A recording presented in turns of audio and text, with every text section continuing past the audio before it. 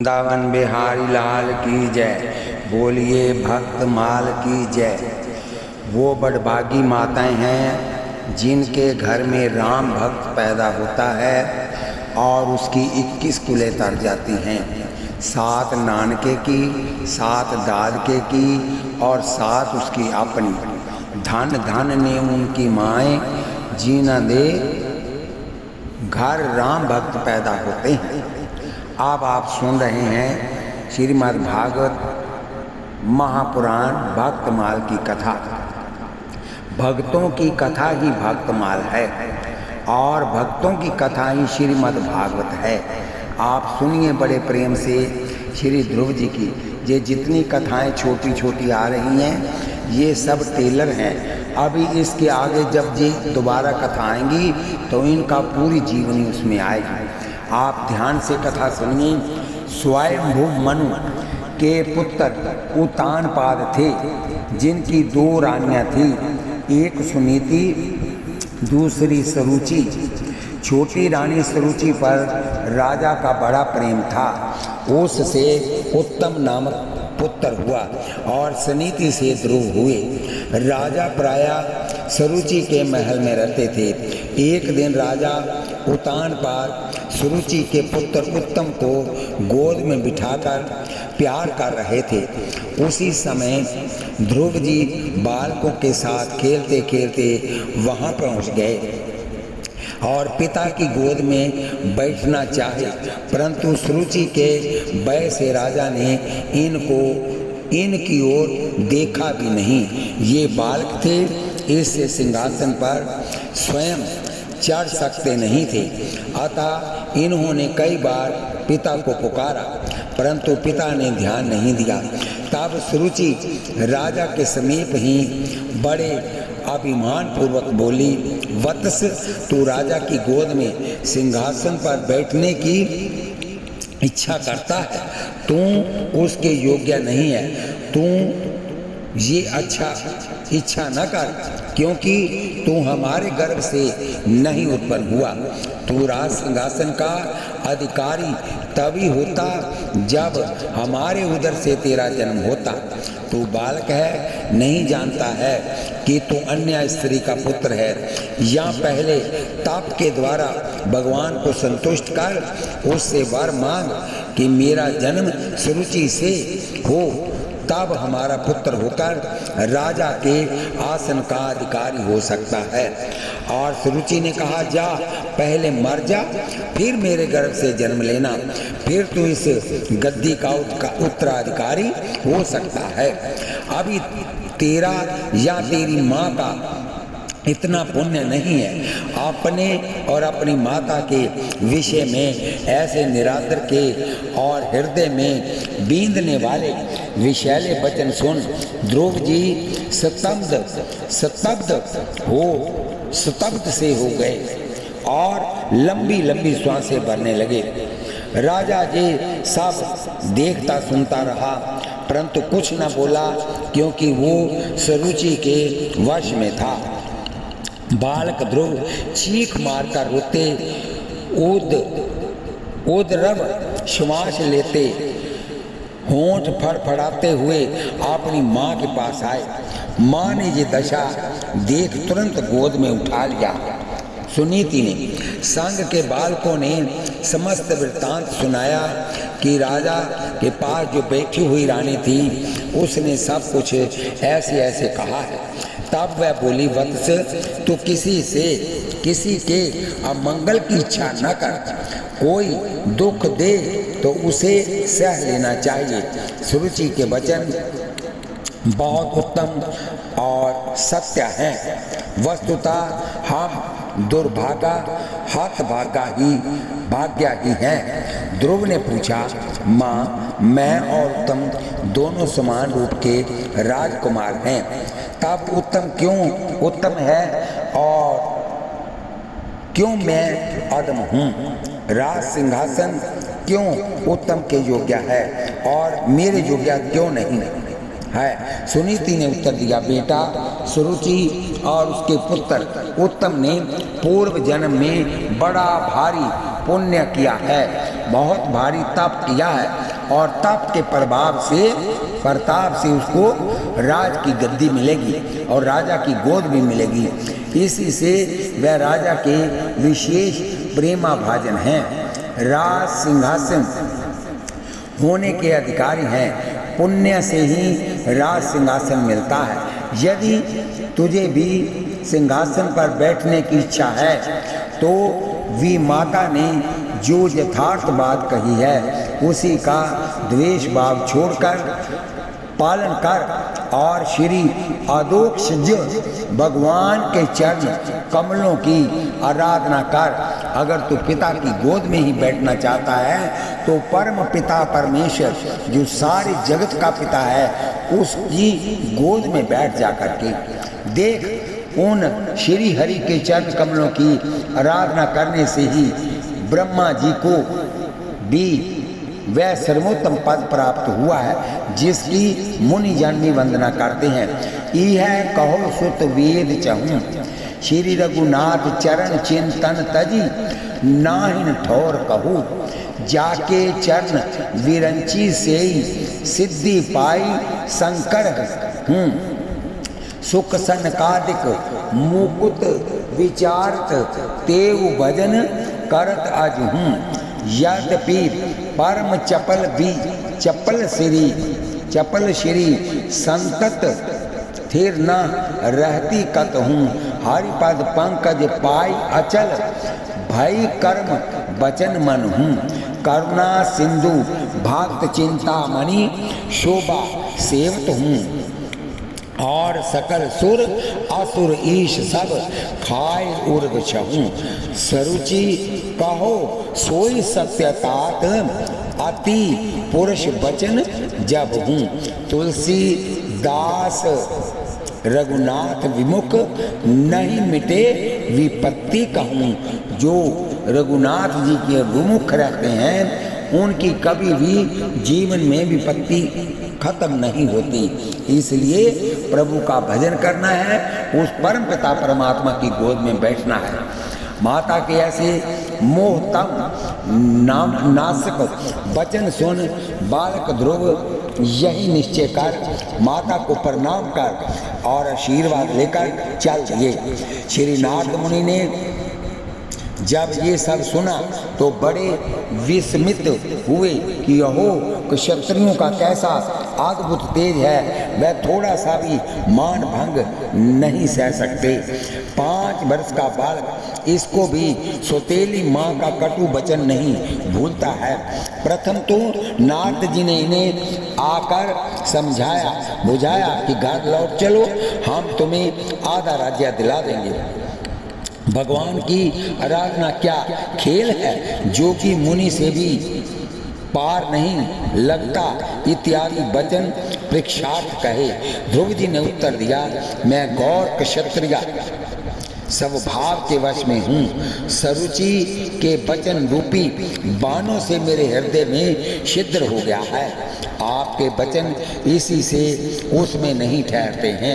आपने कृपा करके दर्शन दिया तो अब ऐसी कृपा करिए कि मैं शीघ्र ही श्री हरि को संतुष्ट कर वह पद प्राप्त कर लूं जो त्रिलोकी में सबसे श्रेष्ठ है तथा जिस पर मेरे बाप दादे और दूसरे कोई भी आरूढ़ नहीं हो सके हैं। देव ऋषि नारद ने कृपा करके द्वादशाक्षर मंत्र ओम नमो भगवते वासुदेवाय का उपदेश किया और मधुबन में जाकर आराधना करने का आदेश दिया। ध्रुव ने मधुबन में पहुंचकर आराधना आरंभ कर दी। आराधना काल में ध्रुव ने शरीर निर्वाहार्थ 3 रात्रि के अंतर से केवल कैथा और बेर पाकर 1 मास व्यतीत किया। दूसरे महीने में 6 दिन के अंतर में सूखे पत्ते और घास खाकर भगवत भजन किया। तीसरे में 9 दिन पर केवल जल पीकर आराधना करते रहे। चौथे महीने में 12-12 दिन के अंतराल केवल वायु पीकर भगवत ध्यान करते रहे। 5वें महीने में तो उन्होंने श्वास लेना भी बंद कर दिया। भगवान की अतिशय प्रबल माया ने इसी बीच विविध विघ्न किए, परंतु ध्रुव को ध्रुव निष्ठा के सामने उसे पराजित ही होना पड़ा। बोलिए वृंदावन बिहारी लाल की जय। आगे इनकी पूर्ण कथा फिर आएगी। ध्रुव के तप से तप्त देवताओं ने भगवान श्री हरि से पुकार की। भगवान तो ऐसे महाभागवत का दर्शन करने के लिए ललायत हो उठे और गरुड़ पर आरूढ़ होकर मधुबन में आ गए। प्रभु का दर्शन पाकर बालक ध्रुव को परम आनंद हुआ। वह प्रेम से अधीर हो उठा। उसने पृथ्वी पर दंड के समान पड़कर उन्हें प्रणाम किया। हाथ जोड़े हुए सिर झुकाए विनयवंत बालक ध्रुव प्रभु के सामने खड़े होकर स्तुति करना चाह कर भी नहीं कर पाते थे, क्योंकि 5 साल का बालक क्या स्तुति कर सकता है। सर्वांतर्यामी श्री हरि ने कृपा करके अपने वेदमय शंख को उनके कपोल से छुआ दिया। ध्रुव को तत्काल दिव्य वाणी प्राप्त हो गई और भगवान की स्तुति करने लगे। श्री प्रभु ने ध्रुव को ध्रुव पद प्रदान किया तो कल्प पर्यंत रहने वाले अन्य लोगों का नाश हो जाने पर भी स्वयं स्थिर रहता है तथा तारागण के सहित धर्म, अग्नि, कश्यप और शुक्र आदि नक्षत्र एवं सप्त ऋषि गण जिनकी प्रदक्षिणा किया करते हैं, साथ ही 36,000 वर्ष तक के लिए पृथ्वी का राज्य भी प्रदान किया। ध्रुव ने 36,000 वर्ष राज्य किया था पृथ्वी पर। ध्रुव के वन चले जाने पर राजा उत्तानपाद को अपनी भूलों पर बड़ा पश्चाताप हो रहा था। देवऋषि श्री नारद जी ने आकर ध्रुव के उज्जवल भविष्य की मंगल कथा सुनाकर उनको आश्वासन दिया। किसको? राजा को। फिर तो वह अहर्निश ध्रुव मिलन की प्रतीक्षा करते हुए संसार से सर्वदा उदासीन रहने लगे। भगवत कृपा पाकर ध्रुव घाट को लौटे। महाराज उत्तानपाद के हर्ष का ठिकाना नहीं रहा। इस शुभ संदेश को सुनने वाले को बहुमूल्य हार दिया। सुनाने वाले को राजा ने बहुत अमूल्य हार दिया। ध्रुव के स्वागत की बहुत बड़ी तैयारी की। पुत्र को देखने के लिए वे बहुत दिनों से उत्कंठित हो रहे थे। प्रेमातुर उत्तानपाद जी ध्रुव को देखते ही उन्हें भुजाओं में भरकर बहुत बहुत प्यार प्रदान किया। माता सरुचि ने भी भूरी भूरी आशीर्वाद दिया। माता सुनीति का हर्षवाणी से परे का है, उसे वर्णन ही कौन कर सकता है। नगर में परम हर्षो उल्लास छा गया।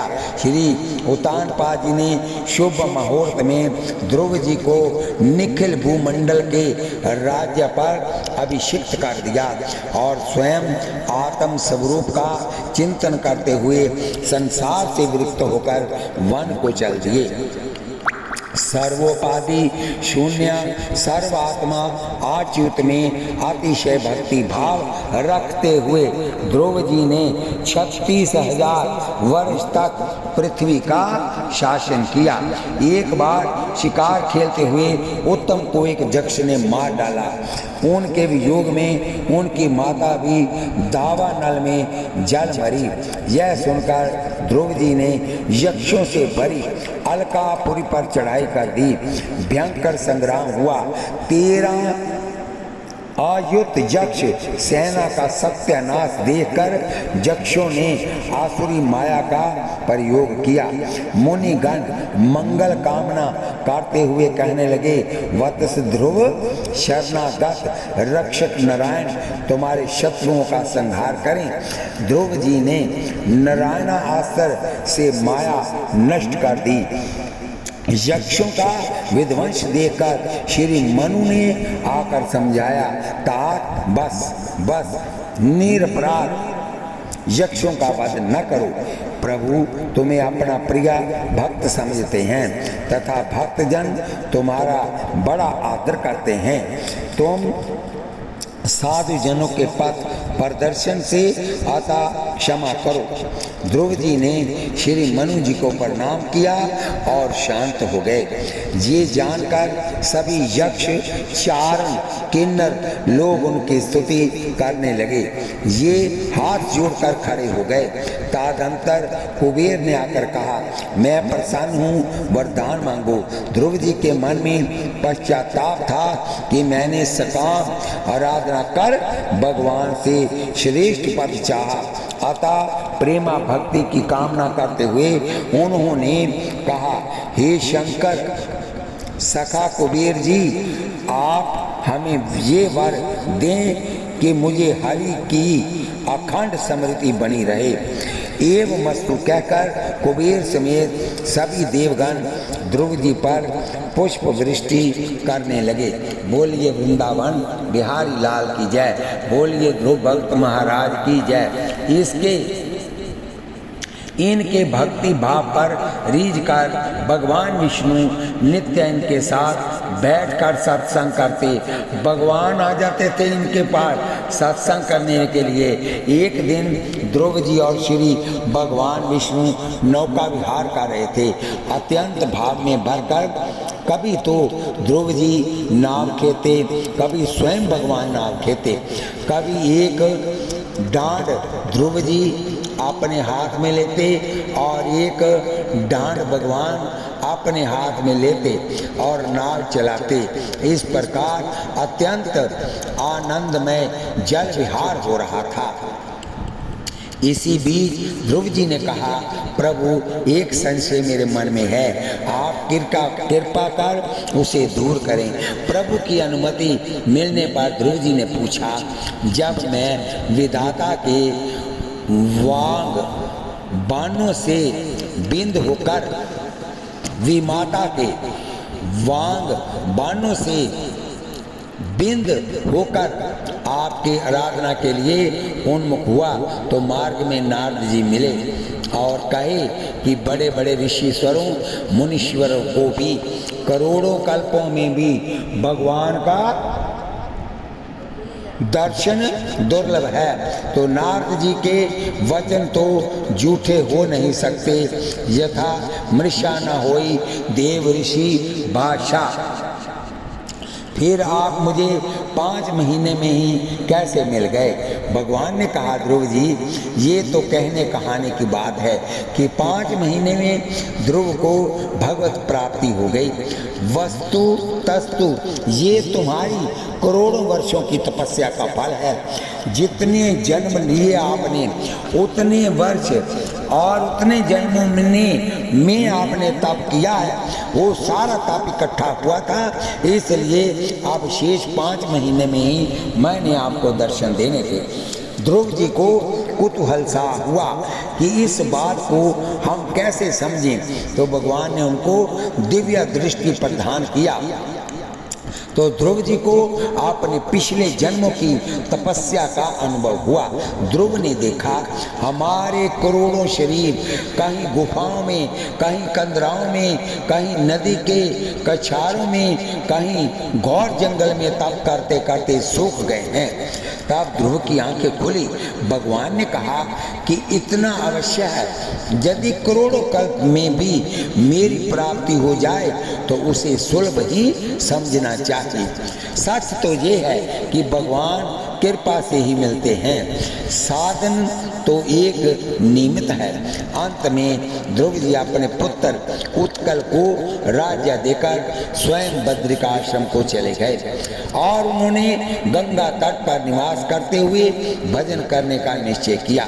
गंगा तट पर श्री ध्रुव जी को और तो सब प्रकार का सुख था, परंतु गंगा जी के बहुत ऊंचे से गिरने से वहाँ शोर बहुत होता था।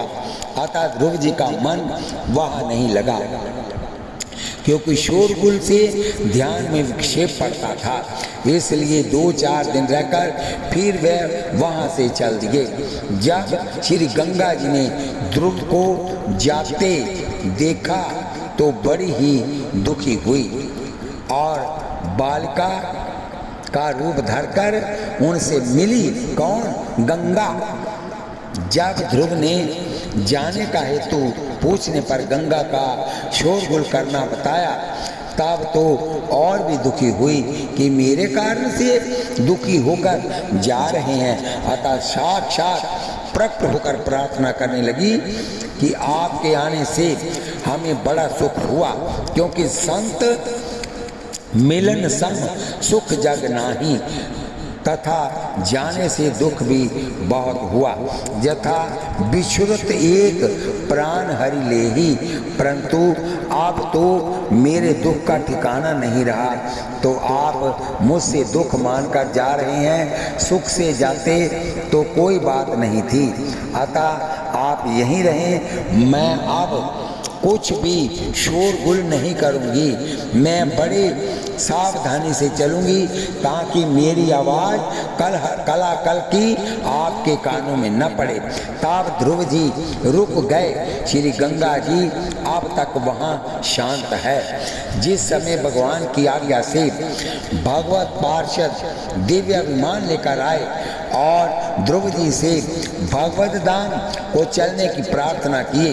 ध्रुव जी बद्रिकाश्रम में निवास करने वाले मुनियों को प्रणाम कर दिव्य रूप धारण करके चतुर्भुज होकर के उस पर चढ़ने को तैयार हुए थे कि देखा कि काल मूर्तिमान होकर उनके सामने खड़ा है। मौत आ गई। काल ने प्रार्थना किया, महाराज, जगत में जन्म लेने वाले सभी प्राणी मेरे द्वारा ग्रास किए जाते हैं, परंतु आपके भजन के प्रभाव से आपको ग्रसने की शक्ति मुझ में नहीं है। लेकिन यदि आप हमसे सर्वदा असंतुष्ट ही चले जाते हैं तो मेरी मर्यादा जाती है। अतः आप ऐसा कीजिए कि मेरी मर्यादा भी बनी रहे और आपका प्रभाव भी बना रहे। श्री ध्रुव जी ने पूछा कि तो हम क्या करें? काल ने कहा, देखिए, विमान पृथ्वी से ऊपर है। ये दिव्य होने से पृथ्वी का स्पर्श नहीं कर सकता, अतः मैं जहाँ बैठ जाता हूँ। काल ने कहा, आप मेरे सिर पर पैर रख कर चढ़ जाइए ताकि मेरी भी गति हो जाएगी। इससे मेरी मर्यादा भी रह जाएगी कि ध्रुव को भी काल का स्पर्श हुआ और आपका प्रभाव भी बना रहेगा कि ध्रुव जी काल के सिर पर पांव रखकर भगवत धाम को गए। एक मृत्यु को जीता है तो केवल ध्रुव भक्त ने ही जीता है। ध्रुव जी ने ऐसा ही किया। विमान पर आरूढ़ होकर ध्रुव जी ज्यों ही चलने को प्रस्तुत हुए त्यों ही उन्हें अपनी माता सुनीति का स्मरण हो आया। वह सोचने लगे, क्या मैं बेचारी अपनी माता को छोड़कर अकेला ही दुर्लभ वैकुंठ धाम को जाऊंगा? ध्रुव के मन के भाव को जानकर भगवत पार्षदों ने उन्हें दिखाया कि देवी सुनीति आगे आगे दूसरे विमान पर जा रही है। पार्षदों ने कहा, ध्रुव जी, आप देखिए, आपकी माता आपसे भी आगे जा रही है। ध्रुव ने भगवत कृपा से ध्रुव पद पाया। आज भी ध्रुव पद अटल है। चांद के पास जो तारा है उसको ध्रुव लोग कहते हैं। श्री ध्रुव चित्र का आध्यात्मिक रहस्य महत्वाकांक्षी जीव ही उत्तानपाद है। ऊपर पैर बढ़ाने वाला सरुचि और सुनीति, ये दो वृत्तियां ही सतत नाम वाली रानियां हैं। सरुचि के प्रति जीव का सहज आकर्षण होता ही है। यदि उत्तानपाद का छोटी रानी से प्रेम है, रुचि की अपेक्षा नीति बड़ी है, अतः सुरुचि छोटी रानी और सुनीति बड़ी रानी है। उपेक्षित होने पर भी सुनीति में शांति है। सरुचि का पुत्र उत्तम और सुनीति का पुत्र ध्रुव, वृत्तियों का भी यही परिणाम है। सुरुचि उत्तम भोगों को जन्म देती है, जो कि क्षयी क्षणु है। सुनीति ध्रुव पद पर धारण करने वाली होती है। यही कारण है कि उत्तम मारा गया और सुरुचि भी समाप्त हो गई और ध्रुव आज भी ध्रुव पद पर प्रतिष्ठित हैं। अतः जीव को चाहिए कि सरुचि से रुचि हटाकर सुनीति से प्रेम करें। बोलिए वृंदावन बिहारी लाल की जय।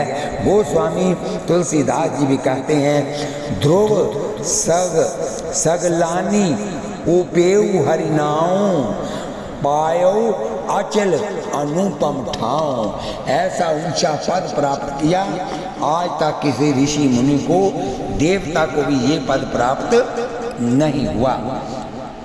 बोलिए वृंदावन बिहारी लाल की जय। इस कथा को हम यही विश्राम देते हैं और आगे चलकर फिर भक्तमाल की कथा होगी। आप भाग्यशाली हैं कि आप घर बैठे भक्तमाल की कथा सुन रहे हैं। आगे होगी अम्बरीश जी की कथा, भक्त अम्बरीश जी महाराज की कथा होगी। कथा सुनते वक्त माताएं, बहनें, भाई, बंधु, अजीज, मित्र, दोस्त सभी मिलकर आशीर्वाद के रूप में मुझे इस कथा को सब्सक्राइब, लाइक, शेयर करें और कमेंट में लिखें कि ये कथा आपको कैसी लगी है। इससे हमारा भी हौसला बढ़ता है कि हम आपको नई से नई कथा सुनाएं।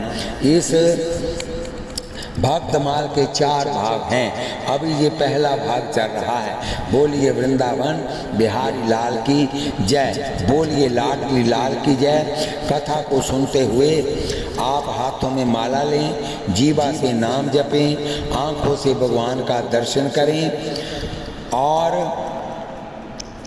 हृदय से प्रभु का धन्यवाद कीजिए कि आपको कथा सुनने को मिल रही है।